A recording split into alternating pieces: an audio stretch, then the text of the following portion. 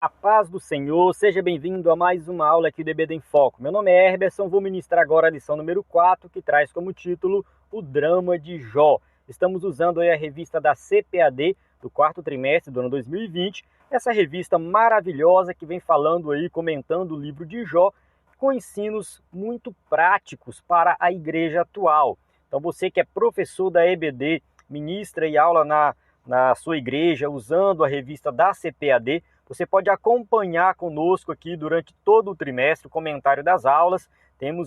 Estamos comentando toda semana as lições, usando aqui o slide em PowerPoint, com animações de qualidade, para você entender melhor o assunto e ministrar uma aula de excelência aí na sua igreja. O objetivo aqui dessa aula é passar cada tópico e subtópico explicando de forma detalhada, trazendo aí uma luz ao conteúdo da lição. Se você ficou com alguma dúvida, talvez aqui durante essa aula você vai esclarecer. Se por acaso chegar a um ponto que eu não falar, que eu não me aprofundar, você pode colocar nos comentários do vídeo que eu vou aí tentar esclarecer essas dúvidas no próximo vídeo, que é o vídeo de destaque, onde eu gravo depois um outro vídeo me aprofundando em uns pontos mais específicos que eu chamo de vídeo de destaque. Esse vídeo vai ser postado na sexta-feira. Então você pode contribuir com o vídeo de destaque deixando a sua dúvida no comentário. Bem, nós estamos estudando o livro de Jó e chegamos na parte onde de fato Jó vai sofrer aqui os ataques do inimigo. A gente falou aí anteriormente sobre o livro de Jó como um todo, falamos do personagem em si de Jó, quem foi de fato Jó, a sua riqueza, tudo que ele tinha, detalhamos um pouco sobre a vida de Jó, falamos na aula anterior sobre a realidade de Satanás, entendemos aí que de fato Satanás é um ser espiritual, que tem uma capacidade de argumentação, que ele tocou em Jó, mas somente diante da autorização divina. Então a gente falou bastante disso na aula anterior e ficou bem claro aí que Satanás é um ser limitado por Deus, ele é limitado. Deus, ele faz aquilo que Deus permite ele fazer. Então a gente detalhou sobre isso, eu creio que ficou bem claro na aula anterior. Também teve o vídeo de destaque que eu coloquei alguns pontos. Vale ressaltar que as lições sempre têm pontos que são divergentes, que às vezes um teólogo fala uma coisa, outro teólogo fala outra coisa, e eu me posiciono aqui diante dos teólogos que eu estudo, eu me posiciono de acordo com aquilo que eu acho ser o mais correto. No entanto, não significa que é a palavra final sobre o assunto. Você tem toda a liberdade de discordar, deixar no seu comentário aí discordando de mim, ou quem sabe complementando aquilo que eu estou falando. Então, aqui a gente está aqui para aprender uns com os outros, tá? Então, você pode aí nos ajudar a melhorar mais esse conteúdo, porque nós estamos realmente procurando nos aprofundar nesse assunto e trazer, de fato, um conteúdo prático para a igreja. Devemos evitar todo tipo de especulação. Às vezes a gente tem alguma passagem um pouco obscura, a gente realmente faz algumas conjecturas, mas tem que ser baseado também dentro das escrituras. Tá? Então, na aula anterior, muita gente ficou aí questionando a questão de onde Deus se encontrou com Satanás ali, se foi no céu, se foi onde foi. Enfim, foi do meu ponto de vista, um debate inútil que não contribui para o sentido do texto bíblico. O objetivo do livro de Jó não é ficar dizendo onde Deus se encontrou com Satanás e se ele faz isso com frequência. Então teve muita gente que perdeu tempo nisso e não falou do que realmente era importante. Então eu quero trazer aqui algo realmente fundamentado nas escrituras, que realmente é importante, tem aplicação prática na vida dos alunos da EBD. A gente tem que sempre focar nisso. Eu vou ministrar uma aula na EBD. O que que os meus alunos estão precisando? O que que a igreja está precisando? Tá? Tem que focar muito nisso. Vale ressaltar que nós temos não somente conteúdo de adultos, mas temos também de jovens, e o nosso conteúdo próprio sobre as cartas, ali as igrejas do Apocalipse, tá? As 7 igrejas da Ásia que estão registradas em Apocalipse capítulo 2 e 3. Nós temos esse conteúdo aí que é produzido pela equipe do EBD em Foco para você usar na EBD ou, quem sabe, no culto de ensino ou pregação, enfim, você tem esse conteúdo extra, e além do conteúdo de jovens, que a gente tem também slides em PowerPoint, aula em vídeo, áudio e o PDF, um conteúdo em PDF das lições de adultos e jovens, tá? tá aqui conteúdo do próximo trimestre, não, é desse trimestre atual. Todo trimestre a gente produz esse conteúdo, inclusive esse slide aqui você pode adquirir ele no site ebdenfoco.com através de uma assinatura, mas o vídeo, o áudio e o PDF são totalmente gratuitos. Você pode entrar no site, acessar esse conteúdo, nem precisa fazer cadastro para acessar o vídeo, o áudio e o PDF, tá tudo liberado dentro do site ebdenfoco.com. Eu vou sempre falar isso aqui, que você pode enviar um número, uma mensagem para nós, para esse número aqui, com seu nome e sobrenome, para receber o nosso conteúdo gratuito, 94 98409 2869. Então envia aí, né, na descrição do vídeo tem também o nosso WhatsApp para você ver melhor. Tá? Você também pode acessar aí o nosso livro sobre educação cristã e o nosso treinamento para professores de EBD, que é totalmente gratuito, também dentro do site ebdenfoco.com. Então vamos lá, passando aqui os avisos, né, que esses avisos são importantes porque é um conteúdo que a gente produz com muito carinho, com muito amor para você acessar, e se a gente não avisar fica assim, sem pessoas acessando. Então acesse lá para você ver esse conteúdo, principalmente o treinamento para professores da EBD. Vamos lá, o textuário diz assim, ó: e disse, no saí do ventre da minha mãe e no tornarei para lá. O Senhor o deu e o Senhor o tomou. Bendito seja o nome do Senhor. Jó 2, 21. Então aqui a gente observa um versículo que muitas vezes ele é interpretado da forma errada, principalmente pelos espíritas, falando que Jó ele era espírito, ele estava falando de reencarnação, mas não é isso, tá? Não é isso. Aqui Jó simplesmente está dizendo o seguinte, que nu ele veio ao mundo e nu ele vai voltar, no caso para o túmulo, tá? Ele veio do pó da terra e ao pó da terra ele volta, tá? Ele veio ao mundo sem nada e ele pode voltar a acabar, a sua vida pode acabar totalmente sem nada, que não tem nenhum problema, porque o Senhor deu, o Senhor tomou. Então isso aqui não tem nada a ver com reencarnação, como alguns interpretam. Verdade prática diz assim: a despeito das grandes provações que se abatem em nossa vida, à luz do exemplo de Jó, devemos permanecer fiel ao Senhor. Então a gente vê aqui que Jó permaneceu fiel mesmo diante das dificuldades. Isso aqui é o que todo crente deve fazer, né? Como eu até falei na aula anterior, acho que foi na aula anterior que eu falei, ou foi no vídeo de destaque, eu não lembro, que perguntaram para mim, será que existe crente hoje como Jó? Do meu ponto de vista, todo crente deve ser como Jó, tá? Isso aqui, Jó, ele é um modelo de um crente verdadeiro, tá? Aquele que serve a Deus por amor e não porque é abençoado, porque recebe bênçãos de Deus. Então, e mesmo diante das provações, claro que Jó não aceitou o sofrimento como algo padrão, algo normal, né? Ele realmente teve momentos da vida ali do discurso dele, onde ele falou com que não aceitava aquilo, que ele amaldiçoou o dia que ele nasceu, tá? Ele fala que a vida não faz mais sentido para ele, e enfim, ele começa a falar da brevidade da vida, mas ele não amaldiçoa Deus, tá? Ele não amaldiçoa os sabeus, os povos lá que destruíram as coisas dele, não. Ele simplesmente entende que aquela situação não é padrão, mas ele permanece fiel a Deus, que é o mais importante. Então todo crente tem que permanecer fiel a Deus, independente da situação e da circunstância. A leitura bíblica em classe se encontra em Jó 1, 13 a 22 e 2, de 6 a 8. Esse texto eu vou pular para ganhar tempo no vídeo, mas ele é importante, você vai ler ele com cuidado e nós vamos entrar aqui diretamente na aula, fazendo referência ao texto sempre que necessário. A introdução diz o seguinte: a provação de Jó fez com que sua vida se tornasse um verdadeiro drama. Nem mesmo os mais aclamados cineastas seriam capazes de dramatizar algo semelhante. Realmente, tá? A história de Jó é uma história verdadeira que impacta, é impactante. Quando a gente lê a história de Jó com cuidado, prestando atenção, a gente vê que realmente é algo impactante e dificilmente alguém consegue reproduzir algo tão impactante assim como aconteceu com Jó.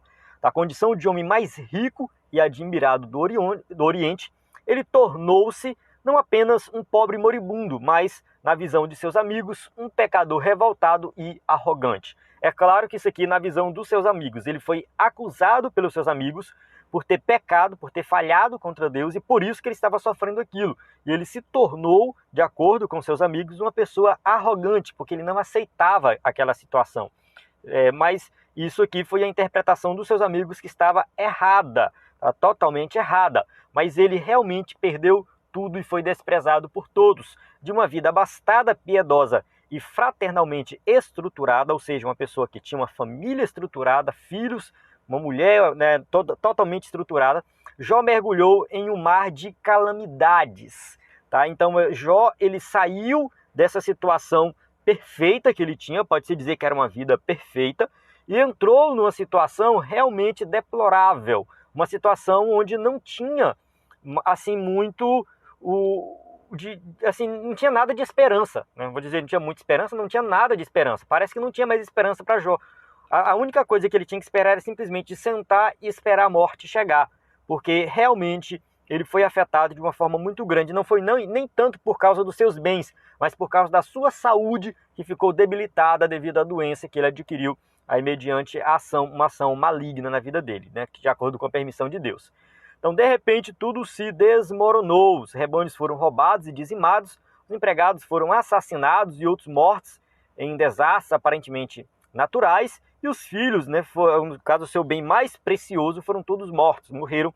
Então, ele perdeu tudo que tinha e perdeu a sua saúde. Então, refletir sobre como Jó reagiu a tudo isso é objetivo dessa lição.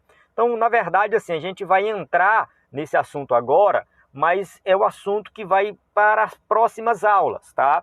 Então nós não vamos finalizar a reação de Jó diante de tudo isso somente nessa aula, mas nas próximas aulas nós iremos tratar bastante desse tema da reação de Jó diante dessa situação.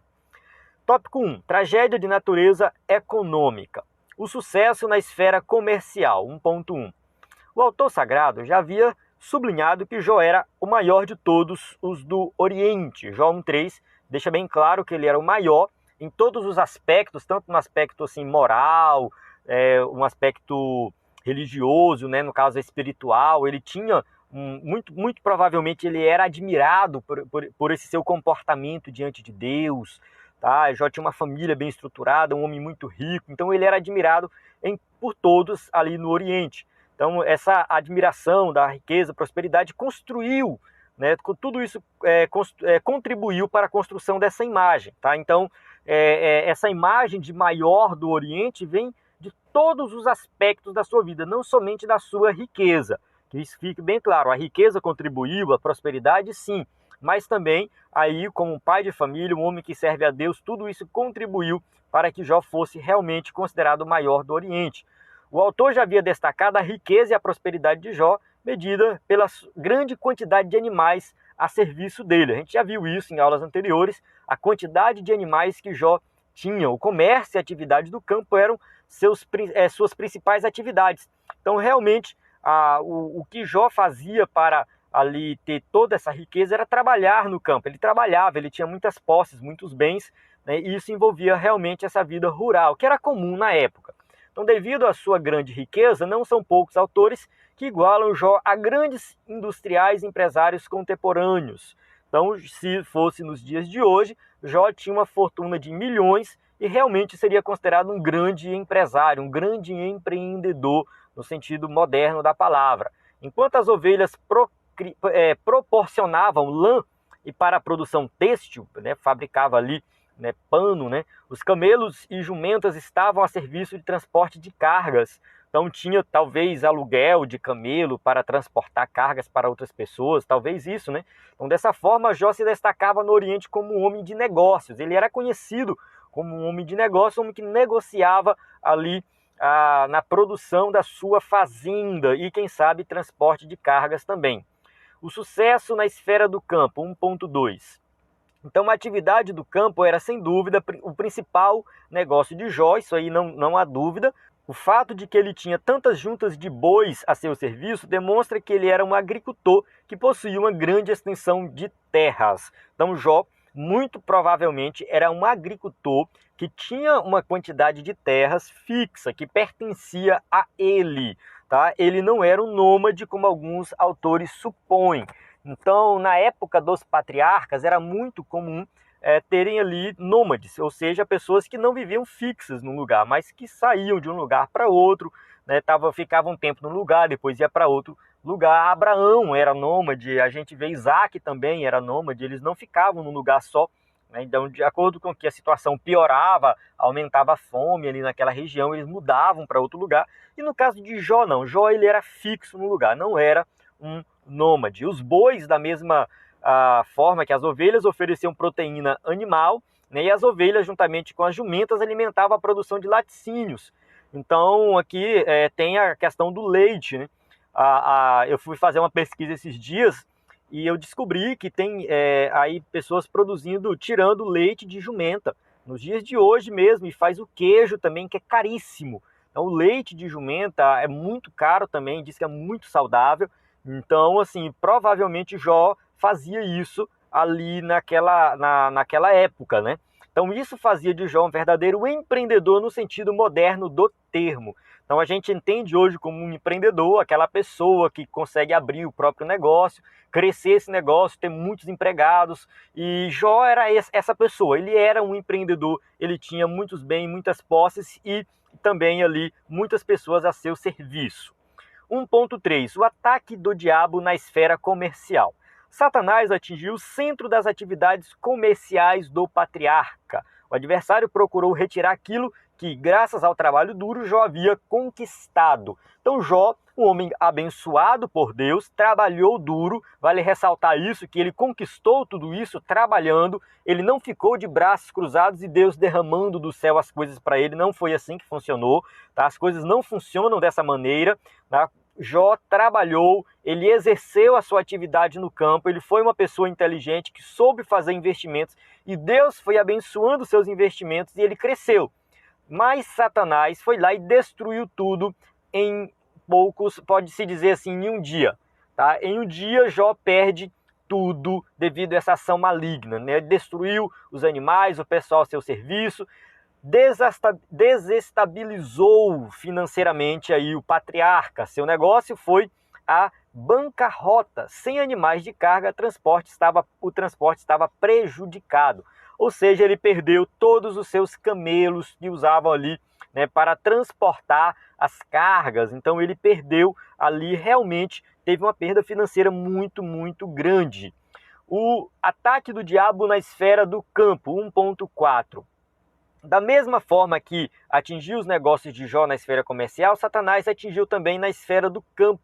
Destruindo sua fonte de produção de proteínas e laticínios, o diabo atingiu em cheio toda a sua fonte de riqueza, no caso, as vacas, as ovelhas, as jumentas, né? Então, tudo isso foi destruído. Era preciso muito equilíbrio para não se desesperar diante de um quadro tão sombrio. Nos dias de hoje, é comum sair notícias de empreendedores que perderam tudo e, de repente, se mataram.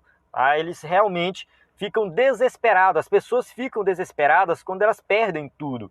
Já pensou? Né, a pessoa que tem milhões na conta, que tem uma grande empresa, muitas pessoas a seu serviço, de repente acontece um desastre e essa pessoa perde tudo, tá? Fica assim, até mesmo a questão não é nem de perder os bens materiais, mas no caso de Jó, os seus funcionários morreram, eles foram assassinados. Além de perder todos os bens, ele perdeu aquelas pessoas que ele amava e que trabalhavam para ele. Jó perde também os seus filhos. Então, tudo isso contribui para que a situação seja tão assim, impactante na mente da pessoa, que a pessoa pode tirar a própria vida. A gente vai falar mais na frente sobre essa questão psicológica de Jó aqui. Então, a pessoa pode até tirar a própria vida diante desse quadro tão sombrio. Aqui é necessário fazer uma ponderação com relação a esse tema, né? Evidentemente que nem sempre o empreendimento de alguém quebra por investidura de uma ação maligna direta. Né? Às vezes tem alguém que é crente, de repente o negócio quebra, porque foi o diabo. As pessoas tendem a culpar o diabo por tudo. Nem sempre foi o diabo. E se por acaso foi o diabo, foi de acordo com a permissão de Deus. Então a gente tem que entender isso aí. Né? Muitas vezes é apenas um mau gerenciamento ou até mesmo consequência de uma crise de mercado. Então a gente entende que às vezes a pessoa não sabe gerenciar bem a empresa e a empresa quebra, ou como aconteceu agora na época da pandemia do coronavírus, muitas empresas quebraram, muitas empresas realmente passaram por dificuldades, mas não foi porque o diabo tentou, mas foi porque aconteceu uma crise, tá? E aí de repente, né, veio esses desastres aí financeiros. Todavia, no caso de Jó, foi uma ação maligna, e em muitos casos hoje também o é. Tá? Nos dias de hoje, pode ser que Satanás também consiga destruir algo de um crente, como aconteceu com Jó, mas isso só acontece de acordo com a permissão de Deus. Então, de alguma forma, Deus tem um propósito nessa situação. Eu não sei se foi na aula de Jó, acho que não, foi uma outra aula que eu dei o exemplo de um tio meu, que era uma pessoa muito bem sucedida, muito rica, tinha fazenda, tinha gado, ele não era crente, e aí ele recebeu uma profecia que um dia ele ia ser pastor. E ele falou que nunca ia ser pastor, em hipótese alguma ele ia ser pastor, e de repente começou a acontecer vários problemas na vida dele, ele foi perdendo tudo que ele tinha. Ele foi perdendo realmente, e chegou a uma situação em que ele não tinha nada, e aí ele, nesse meio termo, ele deu ouvido ao evangelho, né, porque a irmã dele pregava sempre para ele, e ele resolveu aceitar Jesus, e depois se firmou na igreja, e hoje ele é um pastor que faz a obra de Deus, né, já pastor há muitos anos. Então, a gente sabe assim, que Deus tem o controle de todas as coisas, ele sabe o que faz, tá? E nesse caso do meu tio, foi necessário ali ele perder tudo. Quem sabe Deus permitiu que Satanás tocasse nas coisas desse meu tio, que na época não era crente. Mesmo assim, a ação maligna ali foi de acordo com a permissão de Deus. Ele perdeu tudo que ele tinha, e aí ele depois, aquilo serviu para que ele se convertesse e se tornasse um pastor e fizesse a obra de Deus. Então a gente não sabe o propósito divino por trás dessas coisas, a gente não sabe. No caso de Jó, Deus tinha um propósito, no meu caso pode ser um outro propósito, no seu caso pode ser um outro propósito. Então a questão do sofrimento, realmente nós não sabemos qual é o propósito no momento que está acontecendo. Muitas vezes a gente só descobre lá no final. Lá no final a gente olha para trás e fala assim, Deus permitiu que eu passasse por isso para que eu aprendesse viver em tal situação. Tá, entrando no tópico 2 agora. A tragédia de natureza familiar. Filhos, tá? Vamos falar aqui dos filhos de Jó, 2.1. A tragédia que se abateu sobre Jó foi de fato catastrófica. Ele perdeu em um só dia seus 10 filhos, de forma calamitosa. 7 filhos e 3 filhas. O que diz o versículo 18 e 19 do capítulo 1? Estando os teus filhos e tuas filhas comendo e bebendo vinho em casa de seu irmão primogênito, eis que um grande vento sobreveio da além do deserto e deu dos 4 cantos da casa, a qual caiu sobre os jovens e morreram. Então todos os filhos de Jó morreram em um único dia. Isso aqui foi algo realmente que abateu muito Jó. Não haveria nada mais trágico do que esse acontecimento. Perder um filho é calamitoso, mas perder todos de forma inexplicável é nefasto. Realmente as pessoas entram em desespero diante da morte de um filho.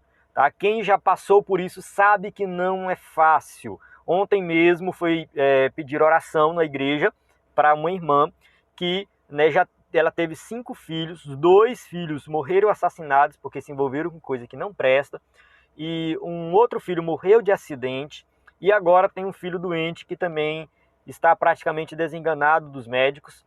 Tá? Então essa irmã, no caso uma irmã pediu oração por ela não estava na igreja, ela mora em outra cidade, falou assim que ela já entrou num desespero tão grande a ponto de pedir a Deus para morrer.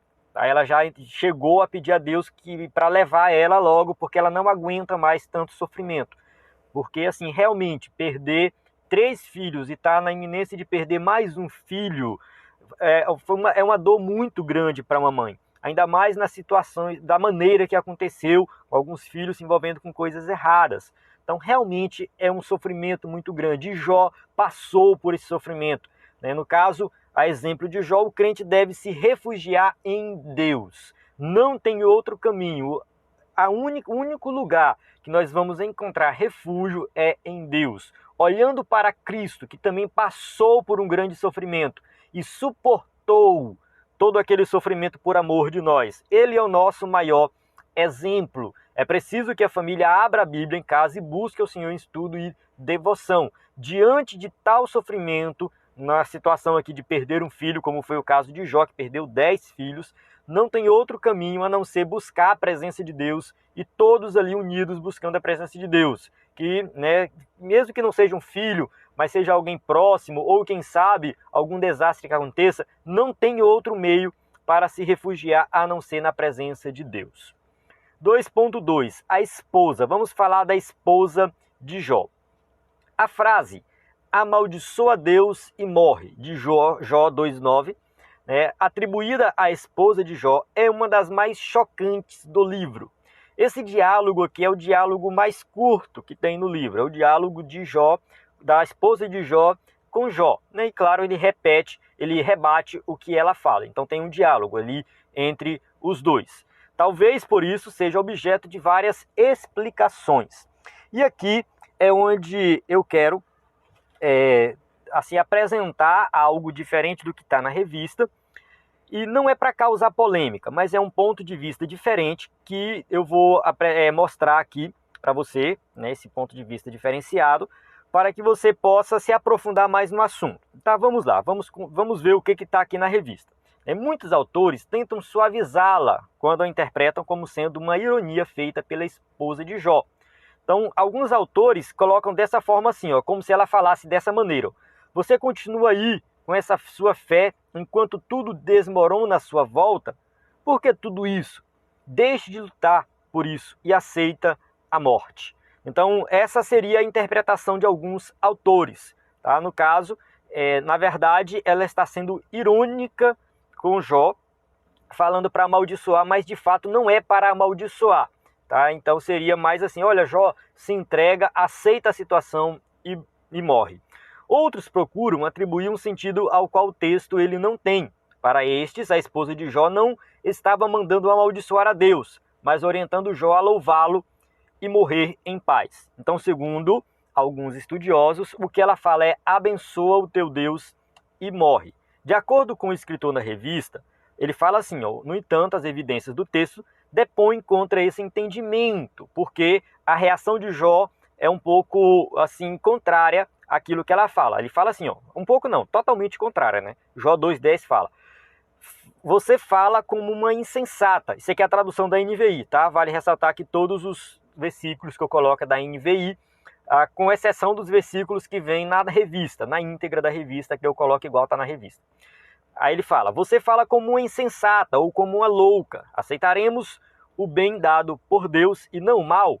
Em tudo isso, Jó não pecou com os lábios. O que acontece aqui? Qual é o ponto de vista diferenciado que eu quero apresentar?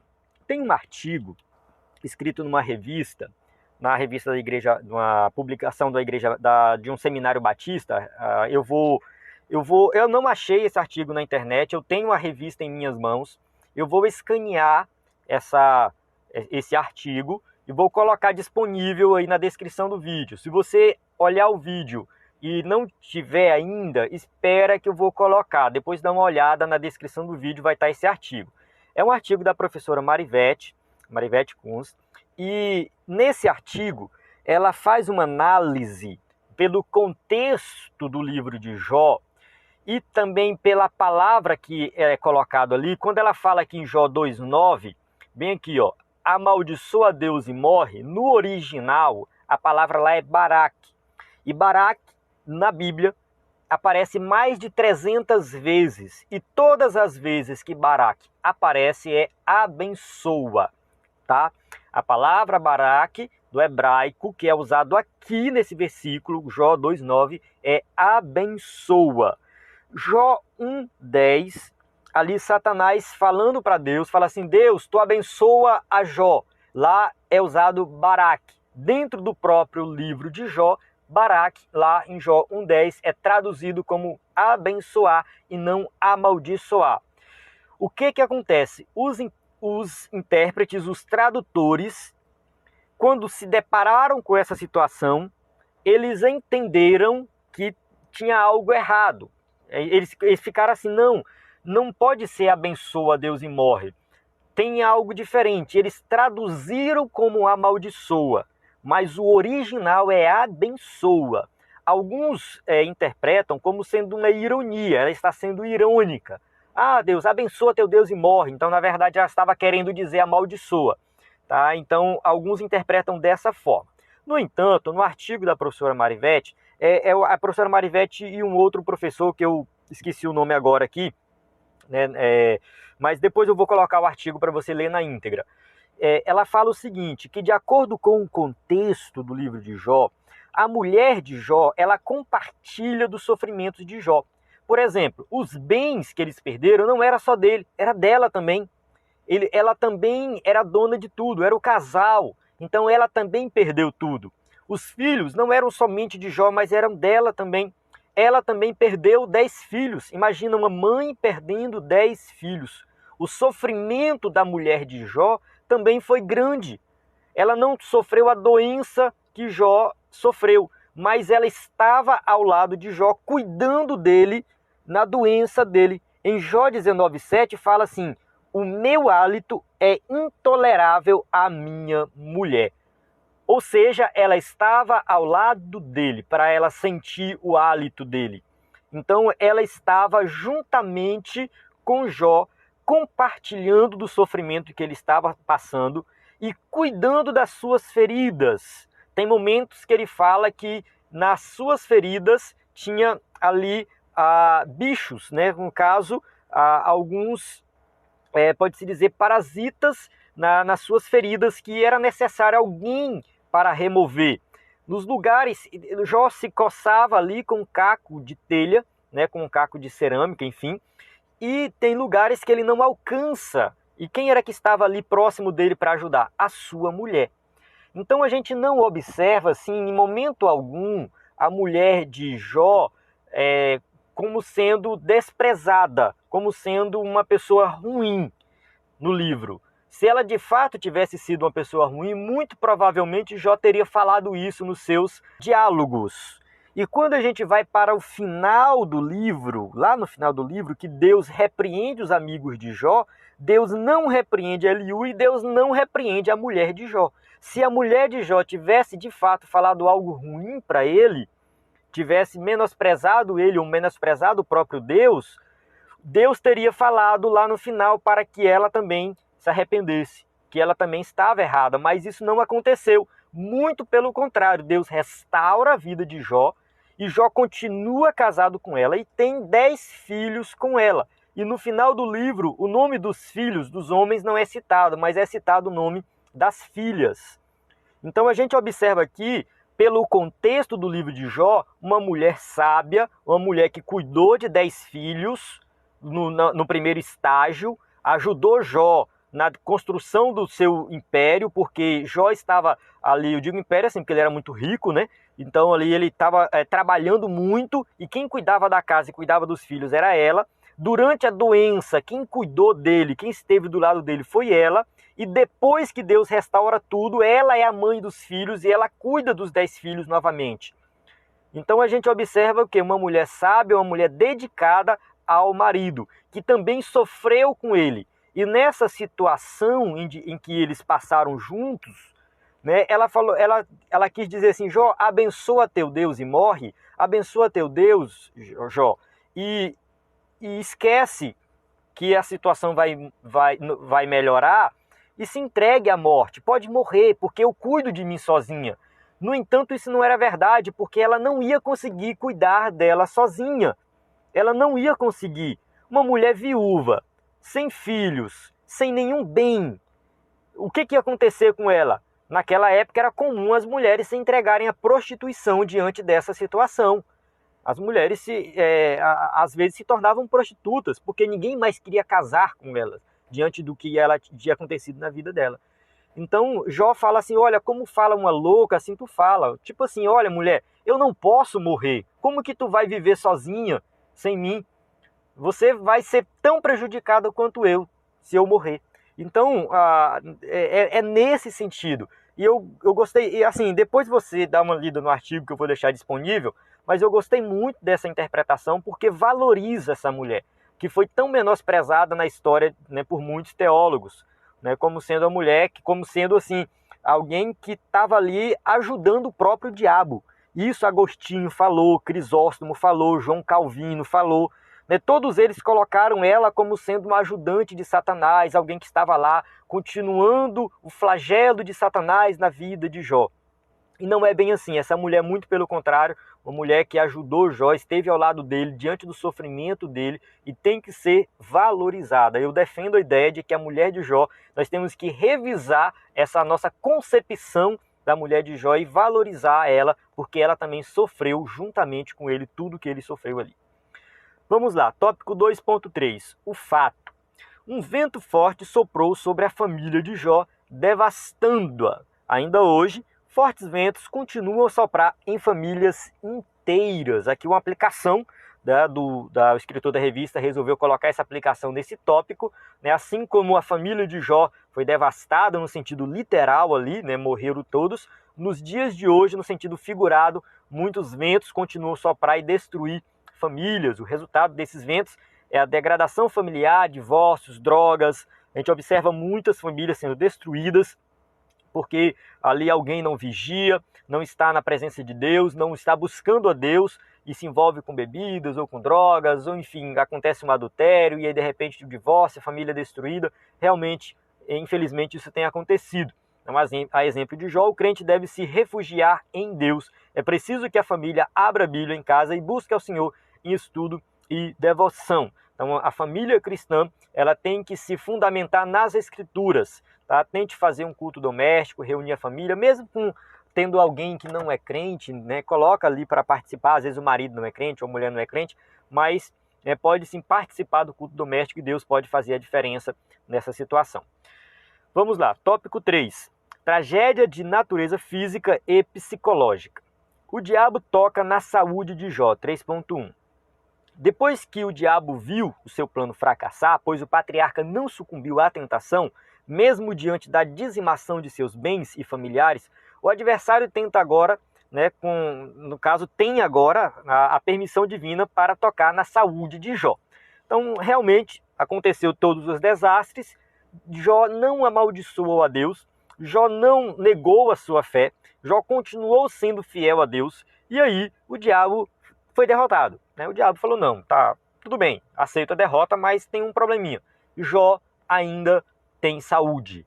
E se eu tirar a saúde dele, o que vai acontecer? Então essa nova prova é um drama muito distinto na literatura do Antigo Testamento. Não tem nada igual, né?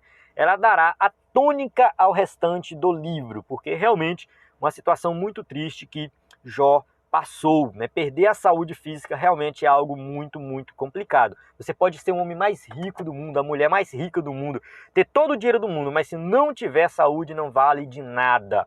A gente tem, por exemplo, o Michael Schumacher, né? Um grande corredor de Fórmula 1. Eu mesmo era fã, ainda sou fã do Schumacher, né? Foi um grande corredor, eu acho que assisti todas as corridas dele, que ele ganhou todas, né? Um homem milionário, mas está em um estado vegetativo, não pode desfrutar daquilo que ele ganhou, que ele conquistou, da sua fortuna. Então não vale de nada ter todo o dinheiro do mundo e não ter saúde física. No caso de Jó, a situação foi pior, porque além de perder todo o dinheiro e toda a sua família, ele ainda perde a saúde. O tópico 3.2, saúde física. O texto sagrado diz que o diabo feriu a Jó de uma chaga maligna, desde a planta do pé até o alto da cabeça, ou seja, todo o corpo de Jó foi ferido com essa chaga. Tratava-se de uma doença extremamente maligna, capaz de provocar um grande sofrimento em Jó, a ponto de este sentar-se nas cinzas e pegar um caco de barro para com ele raspar as feridas. Então, aqui estava Jó diante de uma situação deplorável, uma saúde aí totalmente arruinada, raspando as suas feridas e muito provavelmente a sua esposa ao seu lado lhe auxiliando também nessa situação. Essa era uma prática que o homem antigo adotava quando se via acometido de uma grande desgraça. Ele se afastava da cidade, ele ia para um monte de cinzas, um local considerado imundo, e ali ele esperava a morte entre cães, insetos e aves de rapina. Uma situação tão triste que quando os amigos de Jó chegaram e viram aquela situação, eles ficaram 7 dias e 7 noites sem pronunciar uma palavra. Então, chorando ali aquela desgraça que tinha acontecido na vida de Jó. Era praticamente um prelúdio para o seu funeral. Estavam preparados já para a morte de Jó. Então, realmente uma situação muito triste. 3.3, saúde mental. Não há dúvida que, além do sofrimento físico, Jó também experimentou o sofrimento psicológico. Isso aqui realmente é algo que a gente observa nos seus diálogos. Embora não haja nada no texto que nos permita dizer que ele entrou em depressão, não há como negar que Jó passou por uma grande tensão psicológica. O texto não diz que ele entrou em depressão, mas lá em Jó 7,16, ele fala assim, estou farto da minha vida.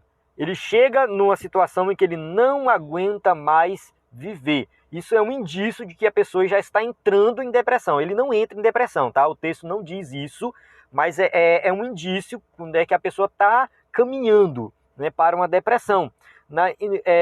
No capítulo 30, versículo 15, fala assim, como nuvem passou minha felicidade. Ou seja, a minha felicidade foi-se embora, ela passou, ela deixou de existir. No versículo 16 do capítulo 30, ele fala assim, dias de aflição se apoderaram de mim. Então ele reconhece que dias de aflição se apoderaram dele e aquilo deixou ele realmente muito triste. Então a situação de Jó, apesar do texto não dizer que ele entrou em depressão, eu acredito que ele não entrou, mas ele tinha tudo para entrar e tudo o que aconteceu ali na vida dele, de acordo com o diálogo que ele traz ali com os seus amigos, dá a entender que ele estava caminhando, né, para um estado de tristeza muito grande. Há vários textos no corpo do livro que permite fazer essa dedução, como eu já falei aqui, né? Mas já no início da sua fala é possível perceber esse fato. Olha só o que ele diz ali em Jó, no caso, capítulo 3, 1 a 4. Isso aqui a gente vai detalhar na próxima aula. Depois disso, Jó abriu a boca e amaldiçoou o dia do seu nascimento, dizendo, pereça o dia do meu nascimento e a noite em que se disse nasceu um menino. Transforme-se aquele dia em trevas, e Deus, lá do alto, não se importe com ele. Não resplandeça a luz sobre ele. Então aqui Jó ele faz ele não amaldiçoa a Deus, tá? Ele amaldiçoa o dia do seu nascimento. Tá? Ele vai falar assim, não tem mais valor nenhum esse dia, porque esse homem que está aqui hoje, diante dessa situação, não tem mais valor nenhum, né? Só me resta agora a morte, só me resta agora morrer. Eu digo, e a gente vai detalhar isso na próxima aula, mas é aquilo que eu sempre tenho falado desde o começo. A situação de sofrimento, ela não é o padrão da vida cristã. Tá? O cristão, quando ele sofre, o crente, quando ele sofre, ele não deve olhar para o passado para saber o que causou o sofrimento. Tá? Isso não faz sentido. Ele tem que olhar para o futuro. Por que ele está sofrendo? A resposta vai vir lá na frente. Tá? Ele tem que olhar o que Deus tem, qual o propósito de Deus nesse sofrimento. E ele tem que entender que essa situação de sofrimento, ela não deve ser o padrão, não é o normal. Tá? Até mesmo porque Deus prometeu para nós, aí na vida eterna, na Nova Jerusalém, tirar toda lágrima, toda dor, todo sofrimento. Então, na vida eterna não vai ter sofrimento. Aqui nessa vida, infelizmente, nós passamos por sofrimentos, mas nós não devemos ter isso como sendo algo, né, como o padrão da vida cristã. Então, Jó entendeu que isso não era o padrão e por isso que ele amaldiçoou o dia do seu nascimento. Tá? Ele amaldiçoou, ele fala, essa situação não é algo bom, algo maravilhoso.